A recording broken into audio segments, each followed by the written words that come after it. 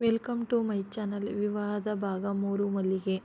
ಬೆಳಿಗ್ಗೆ ಕಾರಿನಲ್ಲಿ ಇಬ್ಬರೂ ಮಾತಾಡಲಿಲ್ಲ. ಸತ್ಯ ಸೀಟಿನ ಮೇಲಿದ್ದ ದಂಡೆಯನ್ನು ಕೈಯಲ್ಲಿ ಹಿಡಿದುಕೊಂಡಿದ್ದಳು. ಕರ್ಣ ಸ್ಟೇರಿಂಗ್ ನೋಡುತ್ತಿದ್ದ.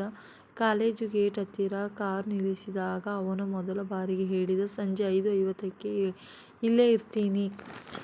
ಸತ್ಯ ತಲೆ ಅಲ್ಲಾಡಿಸಿ ಒಳಗೆ ಹೋದಳು. ಮೊದಲ ದಿನ ಕ್ಲಾಸ್ ಚೆನ್ನಾಗಿತ್ತು. ವಿದ್ಯಾರ್ಥಿಗಳು ಮೇಡಮ್ ಅಂತ ಅವಳಿಗೆ ತನ್ನ ಕನಸು ನಿಜವಾದ ಹಾಗೆ ಕನಿಸಿತು. ಸ್ಟಾಫ್ ರೂಮ್ನಲ್ಲಿ ಪ್ರಶಾಂತ್ ಸರ್ ಪರಿಚಯ ಆದರು. ಹೊಸ ಲೆಕ್ಚರರ್ ಅಲ್ವಾ, ನೋಟ್ಸ್ ಬೇಕಾದರೆ ಕೇಳಿ ಅಂತ ಸತ್ಯ ಥ್ಯಾಂಕ್ಸ್ ಅಂದಳು. ಸಂಜೆ 5:55ಕ್ಕೆ ಕರ್ಣ ನಿಜವಾಗಿಯೂ ಗೇಟ್ ಎದುರು ಕಾರಿನಲ್ಲಿ ಕಾಯುತ್ತಿದ್ದ. 5:55ಕ್ಕೆ ಸತ್ಯ ಸ್ಕೂಟಿನ ಹತ್ತಿರ ನಿಂತು ಪ್ರಶಾಂತ್ ಜೊತೆ ನಕ್ಕು ಮಾತಾಡುತ್ತಾ ಇದ್ದಳು.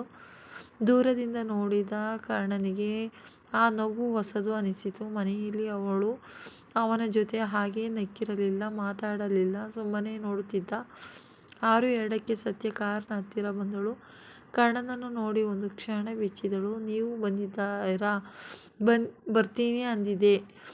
ಅವನು ಬಾಗಿಲ ತೆರೆದ. ದಾರಿಯಲ್ಲಿ ಮೌನ. ಮನೆಗೆ ಬಂದಾಗ ಸತ್ಯ ಬ್ಯಾಗ್ನಿಂದ ಪುಸ್ತಕವನ್ನು ತೆಗೆಯುತ್ತಿರುವಾಗ ಬೆಳಗ್ಗೆ ಕೊಟ್ಟ ಮಲ್ಲಿಗೆ ದಂಡೆ ಒಣಗಿ ಬಿದ್ದಿತ್ತು. ಅವಳು ಅದನ್ನು ಎಸೆಯಲು ಹೋದಾಗ ಕರ್ಣ ನೋಡಿದ. ರಾತ್ರಿ ಊಟದ ನಂತರ ಸತ್ಯ ರೂಮಿನಲ್ಲಿ ನೋಟ್ಸ್ ಸರಿ ಮಾಡುತ್ತಿದ್ದಳು. ಕರ್ಣ ಹಾಲ್ನಲ್ಲಿ ಟಿವಿ ಆಫ್ ಮಾಡಿ ಕಿಚನ್ಗೆ ಹೋದ.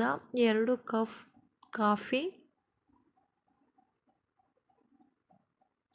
ಕುಡಿ ಅಂತ 1 ಕಪ್ ಅವಳ ಮುಂದೆ ಇಟ್ಟ. ಸತ್ಯ ಕಪ್ ತೆಗೆದುಕೊಂಡಳು. ಸ್ವಲ್ಪ ಹೊತ್ತು ಮೌನ. ಯಾರು ಅವರನ್ನು? ಕರ್ಣ ಇದ್ದಕ್ಕಿದ್ದಂತೆ ಕೇಳಿದ. ಯಾರು? ಸಂಜೆ ಸ್ಕೂಟ್ ಹತ್ತಿರ ನಿಂತಿದ್ದವನು.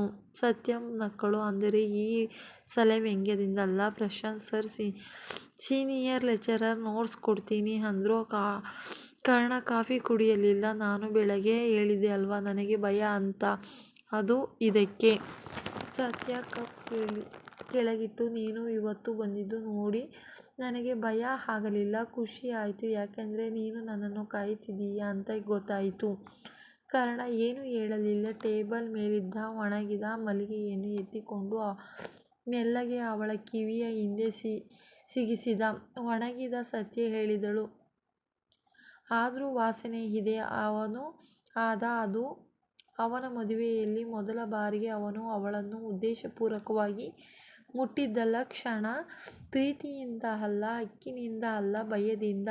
ಸತ್ಯ ಕಣ್ಣು ಮುಚ್ಚಿದಳು.